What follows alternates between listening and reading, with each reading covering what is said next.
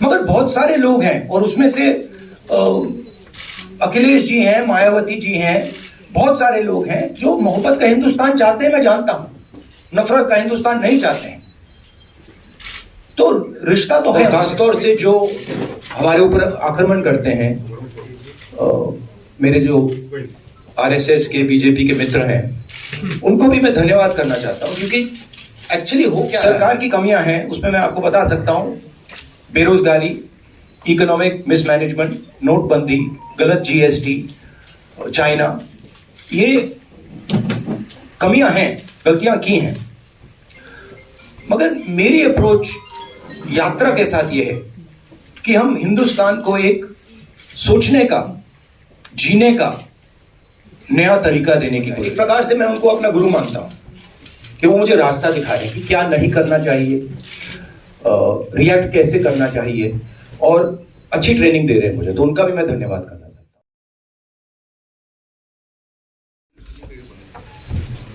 हूं। नमस्कार।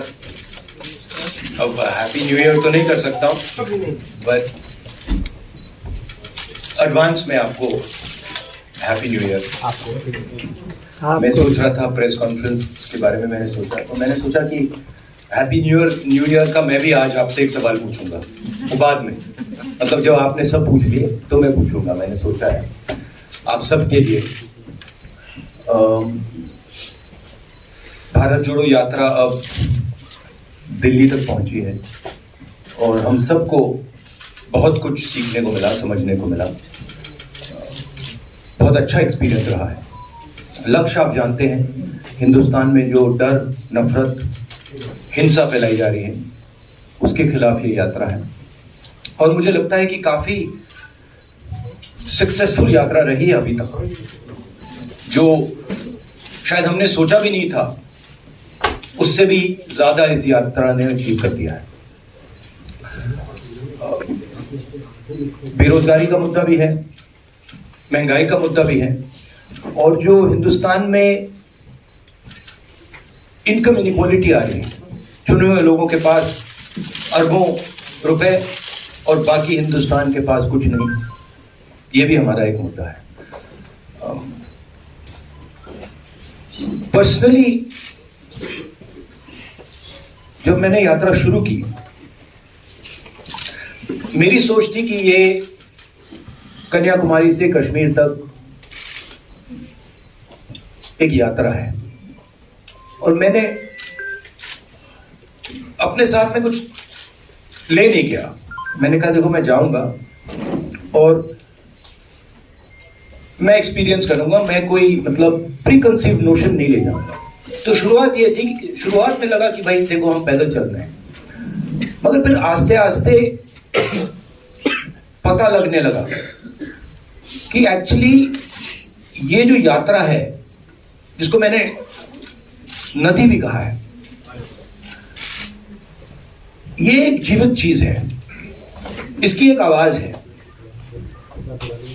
इसकी भावनाएं हैं, फीलिंग्स हैं, और ये एक प्रकार से हिंदुस्तान की भावनाएं हैं, फीलिंग्स हैं। तो ये यात्रा हमें ये चीजें बता रही है। तो मुझे एज ए इंडिविजुअल काफी सीखने को मिला, और मैं सबको धन्यवाद करना चाहता हूं जो भी हमारे साथ आए। आप लोग में से बहुत लोग आए, और खासतौर से जो हमारे ऊपर आक्रमण करते हैं, मेरे जो आरएसएस के, बीजेपी के मित्र हैं, उनको भी मैं धन्यवाद करना चाहता हूं, क्योंकि एक्चुअली हो क्या रहा है, जितना वो आक्रमण करते हैं उतनी हमको अपनी पोजीशन इंप्रूव करने का मौका मिलता है। तो मैं चाहता हूं, और मैं सीरियसली बोल रहा हूं, मैं चाहता हूं कि वो थोड़ा और जोरों से करें और अग्रेसिवली करें, तो कांग्रेस पार्टी को और हमें मतलब अपनी जो आइडियोलॉजी है वो अच्छी तरह समझ आए। एक प्रकार से मैं उनको अपना गुरु मानता हूं कि वो मुझे रास्ता दिखा रहे हैं कि क्या नहीं करना चाहिए, रिएक्ट कैसे करना चाहिए, और अच्छी ट्रेनिंग दे रहे हैं मुझे, तो उनका भी मैं धन्यवाद करना चाहता हूँ। Thank you. Thank you. Rahul ji. आपने ये यात्रा अभी तक अचीव की बहुत सफल है, तो विपक्षी एकता जो इस समय दिखाई दे रही है उस लिहाज से यात्रा को बहुत सफल शायद नहीं माना जाएगा, क्योंकि कई लोग आने से हिचक रहे हैं। आप इस बारे में क्या कहेंगे? नहीं, देखिए, जैसे मैंने कहा, मेरे लिए, जैसे कल मैं किसी से बात कर रहा था, उन्होंने मुझसे पूछा कि देखो यात्रा के बाद क्या होगा। हमें प्लानिंग करनी है कि यात्रा के बाद क्या करेंगे। काफी लोगों ने कहा है ईस्ट वेस्ट यात्रा, कोई और कुछ और कह रहे हैं, और मैंने उनको जवाब दिया, देखिए ये जो हमारी यात्रा है ये हमें कुछ बताने की कोशिश कर रही है, ये हमें कुछ बोल रही है, और अगर हम उसको सुने बिना कुछ और काम करना शुरू कर दें कि भैया देखो यात्रा के बाद क्या होगा, तो एक प्रकार से ये जो हिंदुस्तान की आवाज है उसका अपमान है। तो मैं वो नहीं करना चाहता हूं। रही बात विपक्ष की, मैं जानता हूं कि विपक्ष के नेता सारे के सारे हमारे साथ खड़े हैं, और वो मतलब वो क्लियरली हमें मालूम है। बट आज के हिंदुस्तान में कंपल्शंस भी होते हैं, पॉलिटिकल कंपल्शंस होते हैं, दूसरे कंपल्शंस होते हैं। तो मैं उस पर कमेंट नहीं करना चाहता हूं कि क्यों आ रहे हैं, क्यों नहीं आ रहा है, कौन आ रहा है, कौन नहीं आ रहा। बस मैं ये कहना चाहता हूं कि भारत जोड़ो यात्रा के दरवाजे जो भी भारत को जोड़ना चाहता है उसके लिए खुले हैं, किसी को हम रोकने वाले नहीं। दूसरी बात, विचारधारा में सिमिलैरिटीज होती हैं। देखिए, नफरत और हिंसा और मोहब्बत में सिमिलैरिटी नहीं होती है, डायमेट्रिकली ऑपोजिट चीजें हैं। मगर बहुत सारे लोग हैं, और उसमें से अखिलेश जी हैं, मायावती जी हैं, बहुत सारे लोग हैं जो मोहब्बत का हिंदुस्तान चाहते हैं, मैं जानता हूं, नफरत का हिंदुस्तान नहीं चाहते हैं।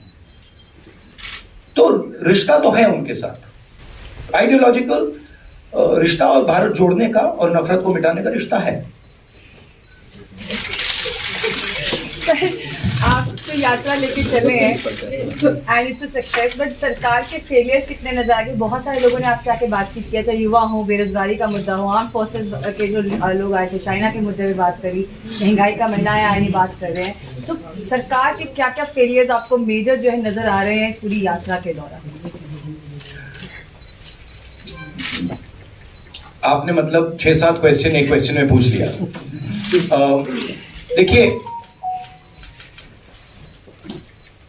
सबसे पहले मेरा लक्ष्य हिंदुस्तान को एक ऑल्टरनेटिव विजन देने का है, ऑल्टरनेटिव दृष्टिकोण देने का है, एक नया तरीका देने का है।